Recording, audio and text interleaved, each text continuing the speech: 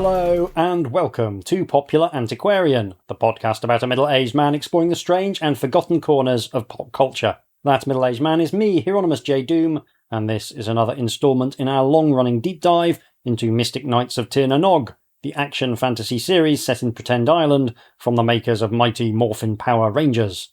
This is episode 12, Tyrune, the Three-Headed Dragon. The last episode was an interesting bit of high-concept storytelling as the Mystic Knights Rohan, Deirdre, Ivar and Angus were faced with the dangerous prospect of Rowan's pet dragon going on a bit of a rampage. We're continuing with a dragon theme this episode, obviously, but the vibe is very different. The last episode felt oddly subdued, almost too competent to be interesting, but I'm happy to report that the cocaine has kicked in again because this episode is pleasantly nuts. We need to open with a small digression into the origins of the show and the particular challenges that this creates for the writers, and how those challenges are both similar and different from those inherent in Mighty Morphin Power Rangers. One of the things that unites both Mystic Knights and Power Rangers is that they are essentially toy adverts. The main money spinner from kids' shows at the time was merchandise in general and toys in particular. This means that there are certain elements that have to appear in every episode of the show. Mighty Morphin Power Rangers, and by extension the Japanese shows on which it was based, had quite a lot of these toyetic elements and solved the problem of how to make them feature regularly by having a rigid episode template in which the characters would suit up to fight the monster of the week, which would then get massive before a final showdown with the Power Rangers taking to their Zords in order to deliver the knockout blow. This template ensures that all the key features of the show are present in every episode, and indeed all the key features of the toy line are present in every episode. It's great for kids, but quite frustrating for older viewers since it makes the show extremely formulaic. Mystic Knights of Tir na Nog brings in some of the same toyetic elements, but there's a few crucial differences that create some writing challenges. Firstly, and commendably, it's striving to be considerably less formulaic than Power Rangers. This is partly based on the smaller number of toyetic elements in these early episodes in particular. An episode of the Power Rangers has to have the heroes both suit up for the big fight scene and then later bring in the Zords, which combine into the Megazord for the finale. You're expecting the characters to be in their Power Rangers costumes fairly early on in the story. Mystic Knights, at least at this stage, only really has the magical armour and the dragon pyre as the consistent toyetic elements. As the one big splashy power-up option, the script usually mandates that the Knights don't get suited up until the second half, frequently somewhere around the 15-minute mark. This gives the writers a lot more space to play around and come up with interesting ways of getting to that point. There's unfortunately a cost to this, however. Getting suited up is basically the first resort for the Power Rangers, but it's close to a last resort for the Mystic Knights. The problem is that aside from yelling about elements being above, around or below them, there's no actual cost to putting on the magical armour. The need to delay putting on the armour stems from a structural limitation imposed on the show, not from anything that we've seen within the fiction itself. There's a lot of times when putting on the magical armour would seem to be the obvious thing to do. Personally, I'd be summoning the magical armour to nip down the corner shop for a few cans if I didn't particularly feel like getting dressed.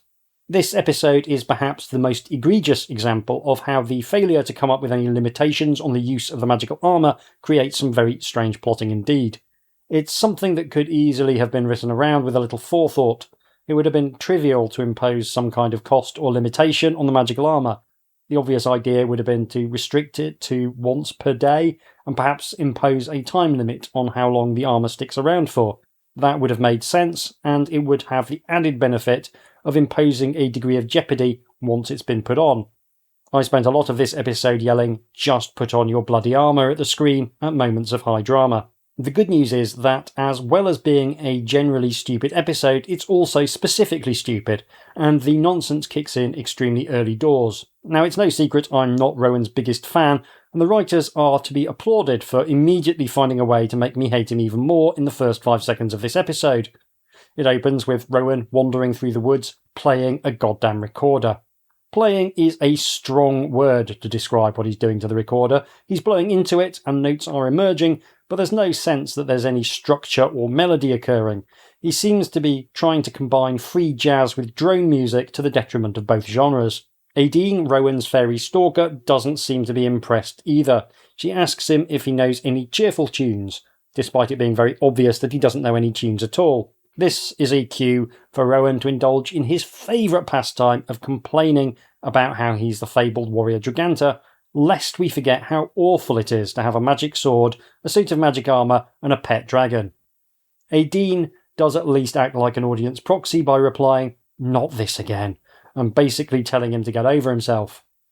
Rohan does seem to have something specific on his mind. Way back in episode 1, there was a mysterious scroll which contained some information about the warrior Draganta. Unfortunately, the scroll was cut in half, and now the missing second half is weighing on Rohan's thoughts. It may contain some valuable information as to what his destiny actually is. Rohan's sulking doesn't get to last very long because almost immediately a man in grey armour and a face-concealing helmet leaps out from behind a tree and attacks him. A small contretemps develops in which Rohan proves the victor, cleverly disarming the knight and demanding to know who he is and why he just attacked him. It's a decent enough fight by the standards of the show, nothing too fancy, but at least it's not edited to make it look like they're fighting underwater. The mysterious knight declines to give his name, but does provide a bit of backstory. He says that long ago he tried to find the magical weapons, Pyre the dragon and the warrior Draganta, but failed. He wasn't trying to kill Rohan, merely testing him to see if he was worthy of the favours bestowed upon him. Apparently, a quick set-to in a forest is more than enough to convince him that Rohan is worthy, a bit like if Arthur had proved his kingly qualities by battering a man outside of Wetherspoons instead of yanking a sword out of a stone. The mysterious warrior then drops an important piece of knowledge by telling Rohan that the remainder of the scroll is held by none other than the dastardly Queen Maeve. Rohan is angry but not surprised and suggests that the stranger comes to meet the rest of the Mystic Knights before they head off to pay a visit to Queen Maeve.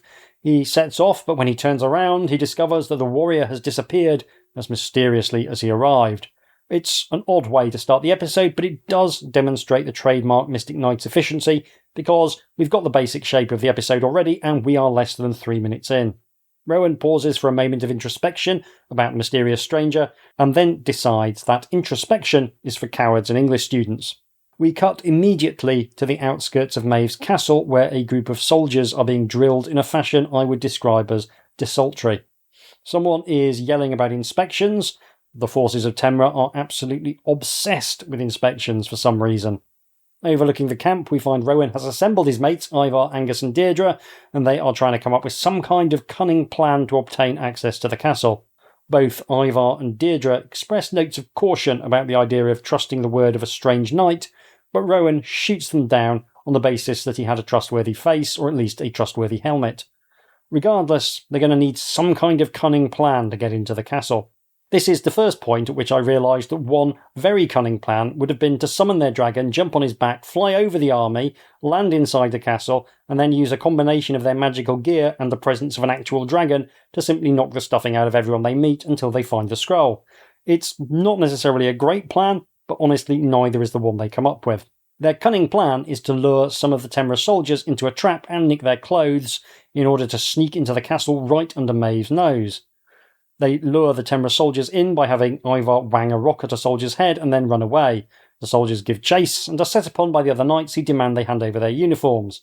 It is traditional in these circumstances to finish this sort of scheme with a shot of some tied-up guards in their pants while the heroes finish dressing, and I consider it a grave moral failing that the show neglects this classic bit of visual comedy. It does, however, linger on a shot of the knights smiling at the thought of stripping some prisoners naked for long enough that it becomes quite uncomfortable. They seem way too into the stripping people naked part of the plan.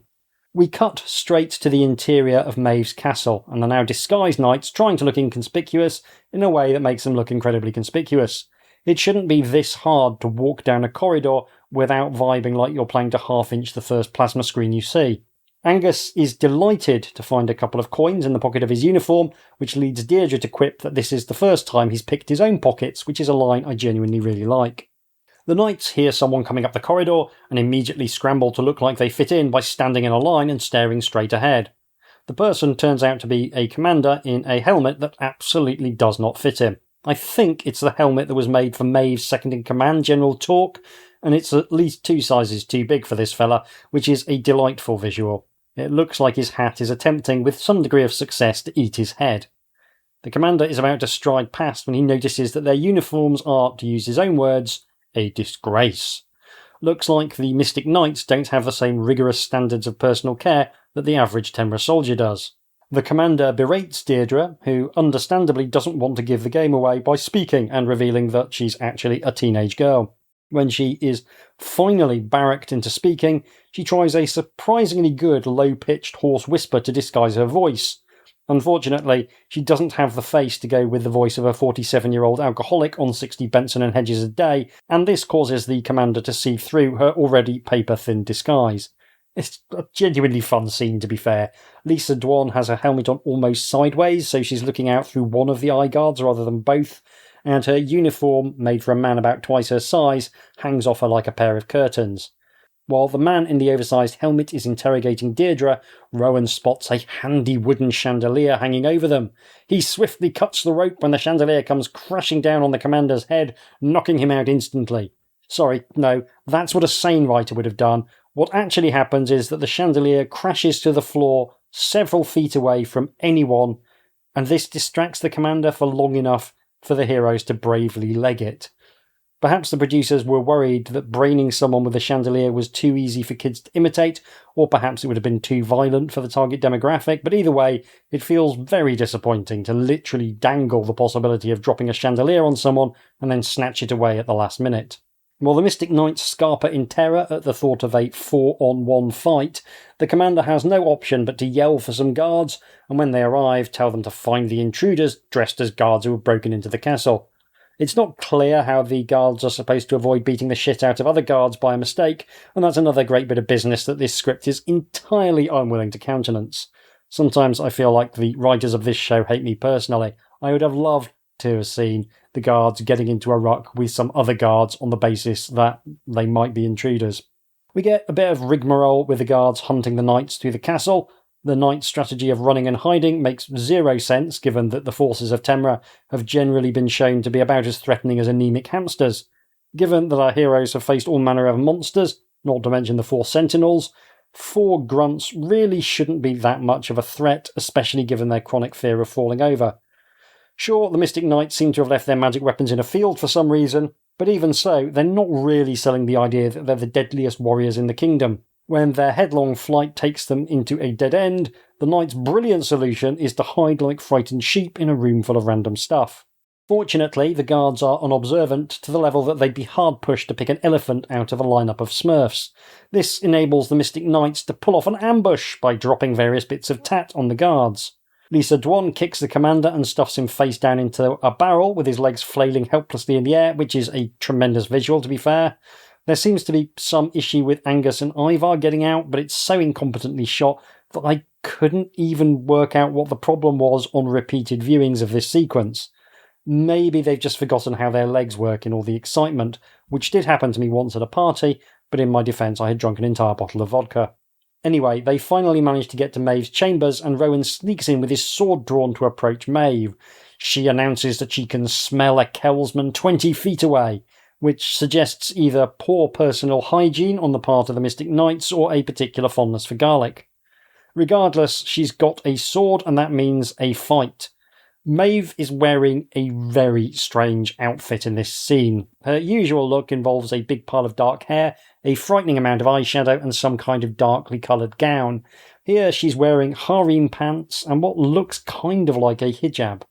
The overall impression is that she's been interrupted during a dress rehearsal of Aladdin. I half expected Christopher Biggins to pop up and yell, "He's behind you," when Rohan crept into the room. I'm guessing the actual reason for her Arabian Nights-themed attire has to do with making it easier to stage the fight scene we're about to enjoy. Harem pants are definitely more practical for a sword fight than a figure-hugging gown, and there's much less chance of accidentally showing the audience her knickers.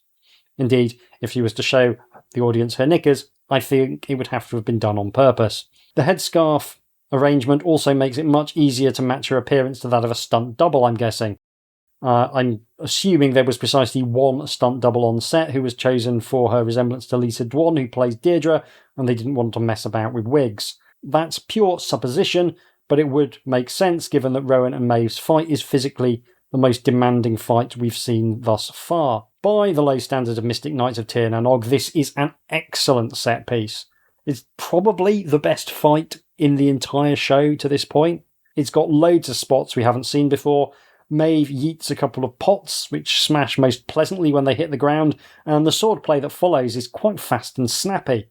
Rohan disarms Maeve, and she responds by grabbing a handy spear and chucking it at him, forcing him to shelter behind an overturned table. The spear is thrown hard enough to properly embed itself in the wood, which adds a great sense of peril to the near miss.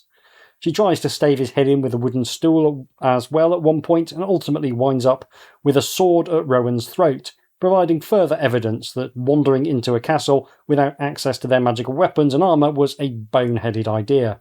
It's also quite a lengthy battle by the standards of the show, and while it's not going to win any awards, it's got a proper swashbuckling feel to it that reminds me of Errol Flynn in Robin Hood.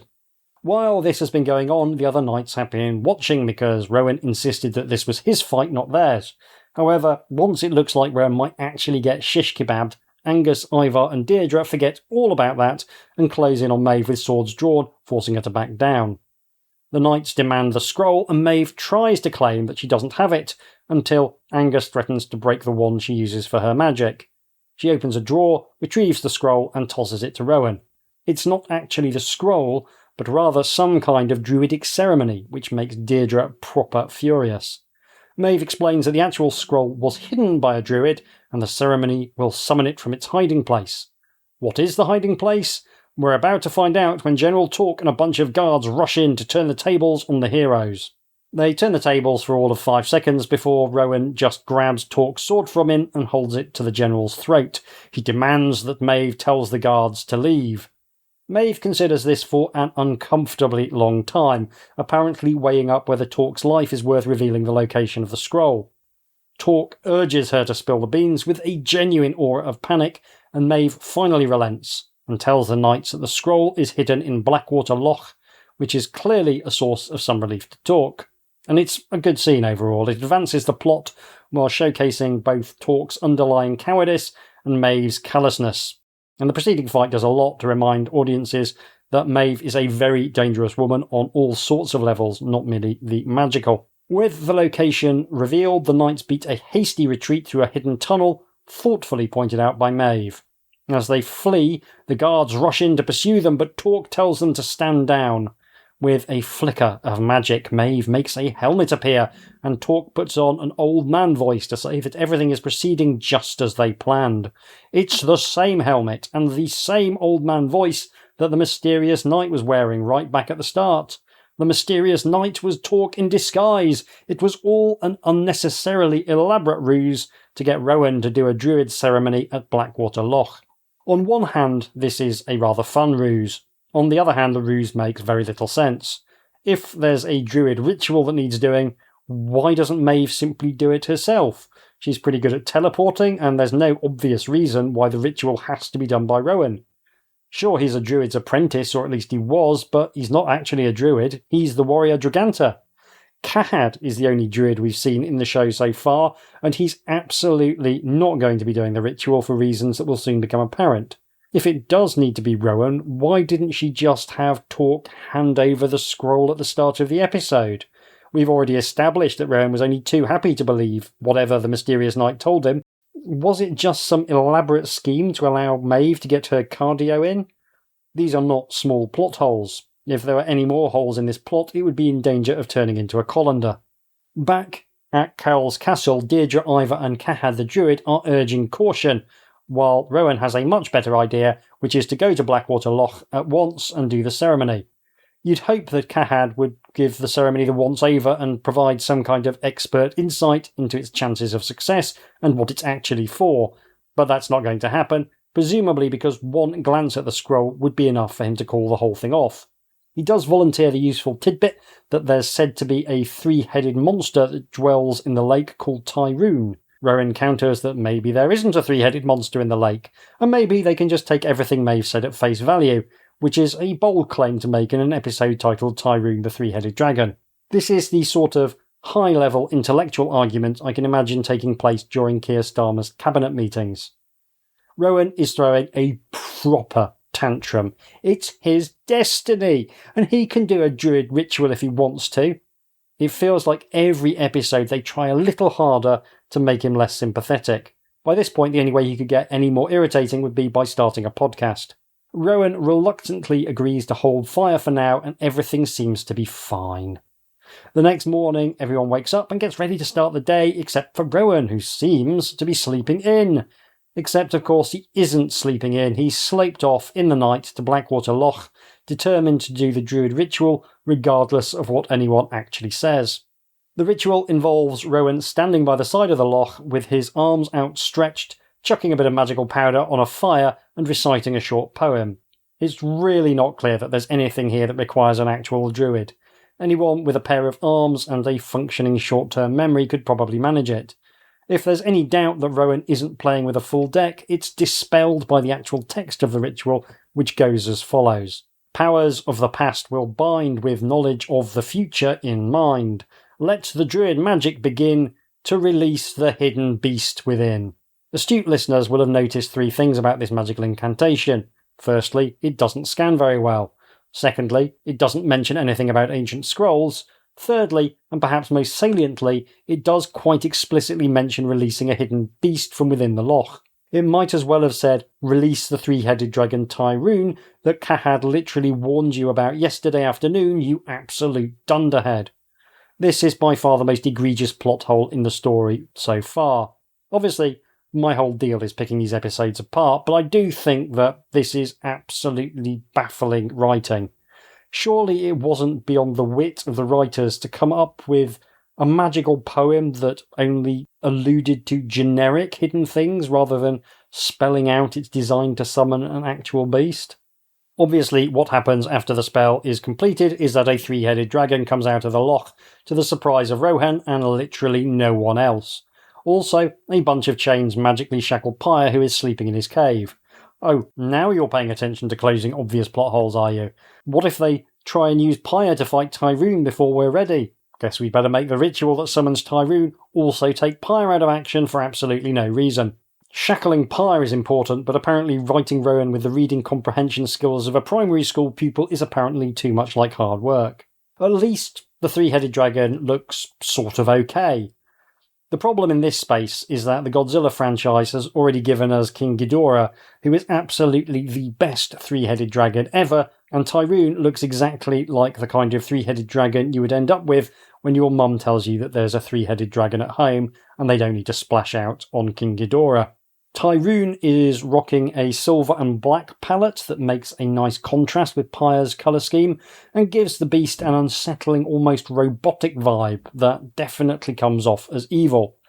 I'd say Tyrune is better animated than Pyre as well. It still doesn't look massively aerodynamic, but it's a little more fluid and sinuous, which makes it feel somehow a little bit more natural.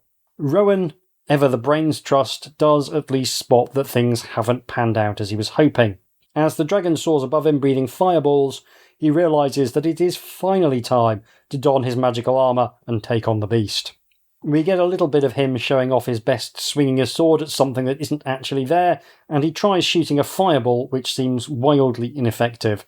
Tyrune responds by blasting him in the chest with a fireball of its own, which sends Rohan flying. The other Mystic Knights arrive and, showing frankly inhuman levels of self-restraint, don't immediately point out that this is all Rohan's fault and he basically deserves to get either immolated, eaten, or some pleasing combination of the two. At this point, I'd totally be on board with the remainder of the series just being footage of Tyrune picking bits of Draganta out of its teeth and coughing up plastic armour like an owl. Instead, the remaining knights summon their armour and join the fray. They batter Tyrune with salvos of magical attacks, but it's less effective than Tottenham Hotspur playing away from home. Rohan suggests calling Pyre, which of course doesn't work because Pyre is enjoying a spot of bondage in his cave. Aideen offers to go and see what's up with Pyre, which takes all of 2 seconds. On her incredibly swift return, she reveals that Pyre is shackled, and Rohan says the ritual must have removed the shackles from Tyrune and put them on Pyre, which I suppose makes a sort of sense if you don't think about it for more than a second. As they try and work out what to do, Tyrune does a kind of transformation that reveals that it's less a 3-headed dragon and more 3 dragons in a trench coat. The heads and necks on either side of the central head and neck suddenly fly off on their own, so that the crew are left facing 1 normal-shaped dragon and 2 wingless worm things that still seem to be able to fly. Faced with this very odd visual image, the knights have no option but to retreat until they can work out how to defeat this weird and upsetting threat. I'm guessing the whole detachable head thing was a feature of the toy that had to be included. I did have a look to see if I could see whether that was the case. There is a Tyrune toy, but I couldn't work out whether the heads were actually detachable. Things are looking very grim for the knights, and it's all Rowan's fault. So obviously, the episode closes back in Kel's castle with Angus doing an impression of Cahad the Druid to general hilarity. In an already pretty nuts episode, this is the point where I started to feel like I was having some kind of seizure. Rowan has absolutely fucked it this episode and generally behaved like a complete tool. So while it's nice to see him do an apology to his comrades, they wind up going way easier on him than he deserves. And then, apropos of nothing, genuinely, absolutely nothing, Angus offers to do an impression of Cahad the Druid, which goes down like he's the second coming of Bill Hicks. The vibe is all wrong, and we wind up going out on a ludicrously upbeat note that dramatically undercuts the seriousness of the situation that they've set up for the next episode. It's like if The Empire Strikes Back had done the whole business with Luke's dad and losing a hand, and then Leia had got her ukulele out to do a selection of risque George Formby numbers to close out the movie. Overall, the episode feels like being kicked in the head by a horse, but quite gently and without any actual malice. This isn't a horse that set out to concuss you, that's just unfortunately the way your interaction with the horse has panned out. You can't be too angry with the horse, and it's not like you're going to send it to the glue factory just yet, but the fact remains that you've got a bit of a headache and you're struggling to see straight. There are actually lots of fun moments in this episode, and I will concede that Angus's impression of Cahad is quite good, but taken as a whole, the whole thing makes no sense at all. It's an incredibly convoluted plot that has to ignore big elements of the show's premise in order to actually work, and one of the things driving it forward is the ostensible main character behaving like a simpleton with a chip on his shoulder in a way that strains credibility further than my belt after Christmas dinner. I did quite enjoy it, despite it making no sense from a story construction point of view, and I think that's because there was plenty of character work in there alongside the very stupid plot. Both General Torque and Maeve got some added character depth, and I do like it when the knights bicker among themselves. Rowan displaying the sort of a aggrieved entitlement I associate with talk show pundits might be infuriating, but it isn't dull, and despite the best efforts of the writers to undercut the danger posed by the three-headed dragon, it does come across as the most dangerous beast they've faced so far in the show's history. I'm definitely looking forward to seeing how this menace is resolved in the next episode. That is all for this instalment. Don't forget you can support my work by going to patreon.com/HJDoom and pledging as little as a single English pound to keep this show on the air and ad-free. All support is gratefully received, and backers get all manner of game books and that as a thank you for their largesse. You can contact me via email at hjdoomretrofun, all one word, @gmail.com, or by following me on Blue Sky at HJDoom. This has been a production of Doom Industries. Thank you very much for listening, take care, and I'll see you soon.